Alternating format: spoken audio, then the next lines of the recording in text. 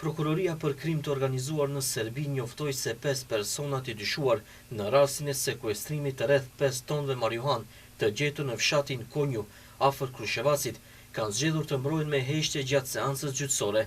Sipas autoriteteve serbe, droga dyshohet se është siguruar në territorin e Maqedonisë së Veriut, por nga më pas është transportuar ilegalisht drejt Serbisë. Ndaj të dyshuar është hapur hetim për prodhim dhe shpërndarje të paautorizuar të narkotikëve, ndërsa prokuroria ka kërkuar paraburgim për të gjithë. Njëri prej të dyshuarve, Aleksandar Mijalović, që konsiderohet organizatori i grupit kriminal, ndodhet në Arati dhe për të është kërkuar edhe fletarez ndërkombëtar.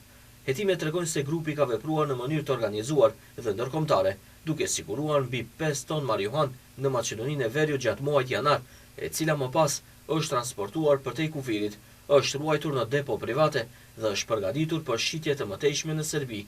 Media serbe raportojnë se një nga të dyshuarit është bashkëpronari i një kompanie në Shkup të regjistruar për prodhimin e kanabisit mjekësor, fakt që ka ngritur dyshime shtesë mbi origjinën e drogës.